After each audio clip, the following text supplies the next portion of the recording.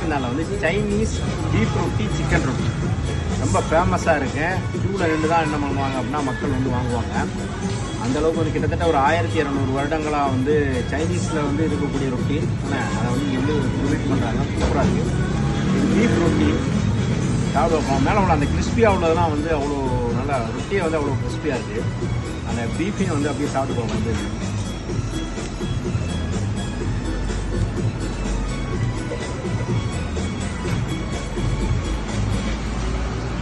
பீஃபை நல்லா என்ன பண்ணுறாங்கன்னா சின்னதாக பண்ணி வெட்டி பிடிச்சா வெட்டி அதை ரொட்டிக்குள்ளே வச்சு என்ன பண்ணுறாங்கன்னா கொடுக்குறாங்க. சூப்பராக இருக்குது.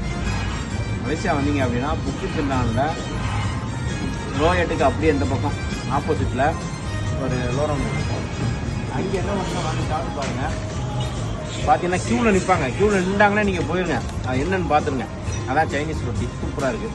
மறக்காமல் தென்னாட்டு தமிழ் சேனலை வந்து சப்ஸ்கிரைப் பண்ணுங்கள், லைக் பண்ணுங்கள், ஷேர் பண்ணுங்கள்.